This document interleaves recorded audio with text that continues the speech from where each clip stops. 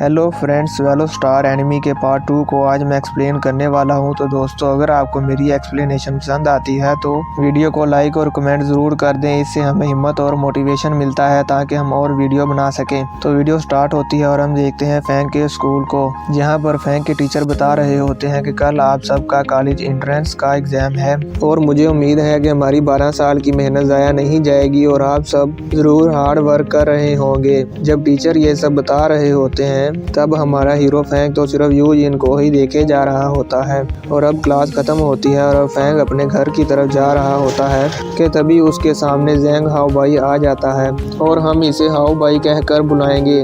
जिसके बाद हाओबाई फैंक को कहता है कि मैंने सुना है कि तुम वॉरियर बनना चाहते हो और मैं भी वॉरियर बनना चाहता हूँ। और फिर फैंक कहता है कि मैं तो चाहता था कि कोई ऐसा हो जिसके साथ मैं ट्रेनिंग करूँ। और अब हाओबाई उसे कहता है कि मैं ये बताना तो भूल ही गया कि मैं मार्शल आर्ट के चीफ का डिसाइबल हूँ। और फिर वहाँ पर हाओबाई के दोस्त आ जाते हैं और वो भी मार्शल आर्ट के सीनियर डिसाइबल हैं। और तभी वहाँ पर मार्शल आर्ट के चीफ अपनी गाड़ी में जा रहे होते हैं तो उनकी नज़र हाओबाई और फैंक पर पड़ती है। और अब चीफ अपने ड्राइवर से पूछता है तो ड्राइवर बताता है कि ये तीनों मार्शल आर्ट के सीनियर डिसाइबल हैं। और अब चीफ पूछता है कि वो लड़का कौन है तो ड्राइवर बताता है कि इस लड़के का कोई रिकॉर्ड नहीं है हमारे मार्शल हॉल के डेटाबेस में। और अब हाओबाई कहता है कि हम दोनों का गोल एक ही है, वॉरियर बनना, तो हमें एक साथ सीखना चाहिए। पर पता नहीं क्यों फैंक को गुस्सा आ जाता है और वो उसे एक जोरदार पंच मार देता है। जिसके बाद हाओबाई दूर जाकर गिरता है और उसके दांत भी टूट जाते हैं। जिसके बाद वो दोनों लड़के भी फैंक पर हमला कर देते हैं पर फैंक उनको भी बहुत मारता है और उन्हें बेहोश कर देता है। अब ये सब कुछ मार्शल हॉल का चीफ भी देख रहा होता है और वो बहुत शौक होता है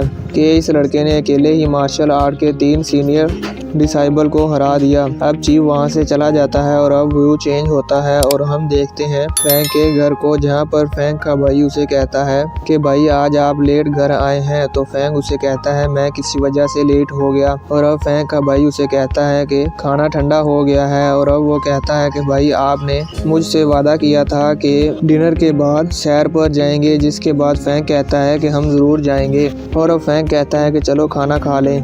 और अब यहाँ पर फैंक की मॉम ने उसके लिए उसका फेवरेट खाना बनाया होता है, जिसे देखकर वो बहुत खुश होता है। और अब वो बहुत सारी बातें करते हैं। जिसके बाद व्यू चेंज होता है और अब फैंक अपने स्कूल के लिए तैयार होता है।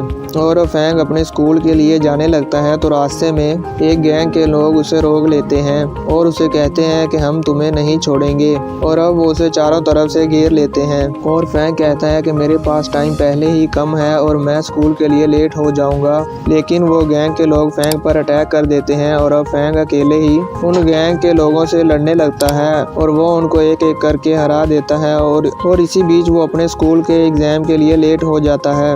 और अब वो बहुत ही मुश्किल से दौड़ते दौड़ते अपने स्कूल पहुंचता है, जहां पर एग्जाम स्टार्ट हो चुका था और वो लेट हो गया था। और अब वो अपने टीचर से कहता है कि टीचर मुझे भी एग्जाम देना है। जिसके बाद टीचर उसे कहता है कि मैं तुम्हें एग्जाम रूम में इंटर होने नहीं दे सकता और यही रूल है। जिसके बाद चीफ, जिनका नाम मिस्टर जियांग है, वो वहां आ जाता है। जिनके वहां आते ही वो टीचर भीगी बिल्ली बन जाता है। और अब मिस्टर जियांग उसे कहते हैं कि किसी वजह से ये लेट हो गया पर अभी तक 15 मिनट नहीं हुए हैं, जिसका मतलब ये है कि ये लड़का अभी एग्जाम दे सकता है। जिसके बाद टीचर कहता है कि आप तो यहाँ के चीफ हैं और मैं आप पर कैसे चेक कर सकता हूँ।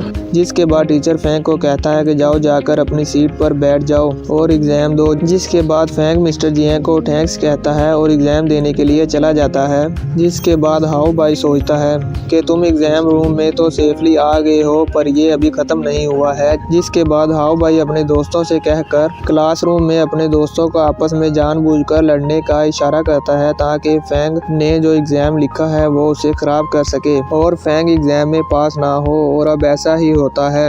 हाओबाई के दोनों दोस्त आपस में झगड़ने लगते हैं और वो एक दूसरे को धक्का देते हैं, जिससे कि फैंक का एग्जाम नीचे गिर जाता है और हाओबाई उसे खराब कर देता है ताकि फैंक को एग्जाम दोबारा लिखना पड़े और वो फेल हो जाए। और अब होता भी कुछ ऐसा ही है। फैंक जल्दी जल्दी एग्जाम लिखने के चक्कर में बहुत घबरा जाता है और वो वहीं क्लासरूम में बेहोश हो जाता है। और फिर व्यू चेंज होता है और हम देखते हैं हाओबाई और उसके पापा को और उसके अंकल को। और अब हाओबाई के पापा उसे कहते हैं कि तुम वॉरियर बनने के एक और कदम नजदीक आ गए हो। जिसके बाद हाओबाई कहता है कि मेरा मकसद अंकल की तरह इलाइट वॉरियर बनना है। जिसके बाद अंकल कहता है कि अच्छा है, तुम बहुत ऊपर का सोचते हो। जिसके बाद अंकल अपने भाई से कहता है कि अगर हाउ भाई ने QSC वॉरियर एग्जाम पास कर लिया तो हम इसे अपने टाइगर स्क्वाड टूथ में ले लेंगे। जिसके बाद हाउ भाई कहता है कि मैं ज़रूर ये एग्जाम भी पास कर लूँगा। जिसके बाद व्यू चेंज होता है और हम देखते हैं फैंग को होश आ गया है और तभी वहाँ पर यू जिन आती है और फैंग को कहती है कि उस दिन मुझे मिरर लगने से बचाने के लिए शुक्रिया। जिसके बाद फैंग उसे कहता है कि कोई बात नहीं और यू जिन उसे बताती है कि तुम यहाँ पर 3 दिन और 3 रातों से हो। और तभी वहाँ पर हाउ भाई आ जाता है जो फैंग को कहता है कि तुम यहाँ पर काफी दिनों से हो, क्या तुम कुछ खाना चाहोगे, क्या मैं तुम्हारे लिए एप्पल कट कर दूं। फैंग को उस पर बहुत गुस्सा आता है तो हाउ भाई उसे कहता है कि गुस्सा मत करो, कॉलेज के एग्जाम में फेल होना तो आम बात है, तुम्हारी बॉडी एग्जाम से ज्यादा इम्पोर्टेंट है, एग्जाम तो तुम अगले साल भी दे दोगे। जिसके बाद यू जिन भी कहती है कि हाँ फैंग तुम्हारी बॉडी एग्जाम से ज्यादा इम्पोर्टेंट है। और अब हाउ भाई उसे एक केला देकर वहाँ से चला जाता है और अब यू जिन फैंग को बाय बाय करके वहाँ से चली जाती है।